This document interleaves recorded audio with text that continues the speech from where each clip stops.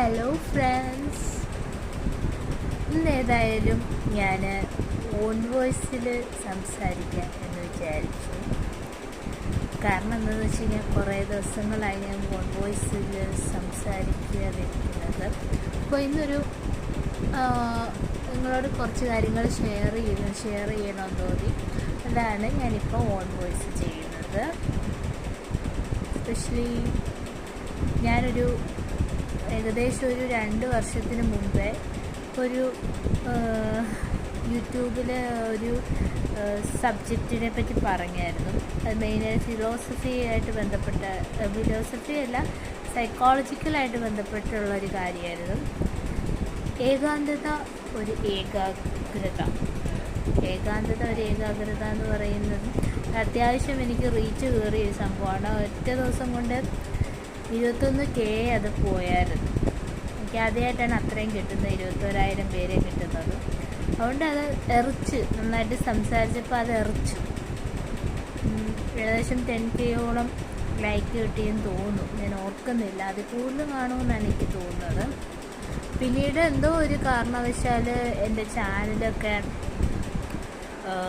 എന്തോ കാര്യത്തിൽ ഇത് മാറിപ്പോയി, ചാനൽ ബാനായിപ്പോയി.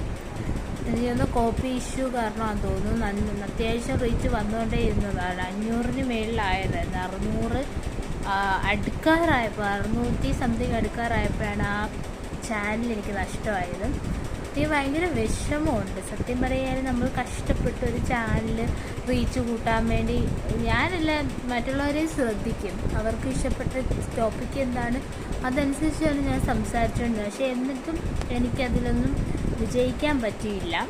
കാരണം ദൈവം എല്ലാത്തിനും ഒരു ഡിലേ നമുക്ക് തരുവാണ്, എല്ലാത്തിനും ഒരു താമസം.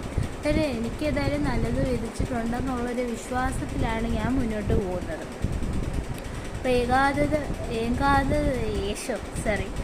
ഏകാന്തത ഒരു ഏകാഗ്രത എന്ന് പറയുന്നത് സത്യം പറഞ്ഞു കഴിഞ്ഞാൽ നമ്മൾ ഒറ്റയ്ക്ക് ഇരിക്കുന്ന സമയത്താണ് നമ്മൾ തിരിച്ചറിയുന്നതെന്ന് പറയുന്ന മാതിരി നമ്മൾ നമ്മുടെ മനസ്സിനോട് സംസാരിക്കുന്ന ഒരു സംഭവമുണ്ട്. ആ ഒരു ടെലിപ്പതി എന്നൊക്കെ പറയുന്ന കാര്യമാണ്. നമ്മൾ പുറത്തിരുന്ന് നമ്മളുടെ ഡ്രീംസിനെ പറ്റി ഒറ്റയ്ക്ക് ഉറത്തിരുന്നിട്ട് നമ്മൾ ആലോചിച്ച് അത് മനസ്സിനോട് പറയുമ്പോഴാണ് നമുക്ക് ഏറ്റവും കൂടുതൽ ആശ്വാസം കിട്ടുന്നത്. മറ്റുള്ള ആൾക്കാരോട് പറയുന്നതിനേക്കാളും കൂടുതൽ എൻ്റെ അനുഭവം വെച്ചാണ് ഞാൻ പറയുന്നത് കേട്ടോ. ഒറ്റയ്ക്ക് ഓരോത്തിരിക്കുമ്പോൾ നമ്മളെ തിരിച്ചറിയാൻ പറ്റുമെന്നുള്ളതാണ്, നമ്മുടെ കോൺഫിഡൻസ് റൈസ് കൂട്ടാൻ പറ്റുമെന്നുള്ളതാണ് എൻ്റെ ഒരു നിഗമനം. നിങ്ങൾക്ക് ഓരോരുത്തർക്കും വ്യത്യസ്തതരമായിരിക്കും. എൻ്റെ ഒരു അഭിപ്രായമാണ് ഞാൻ പറയുന്നത്. Okay dear.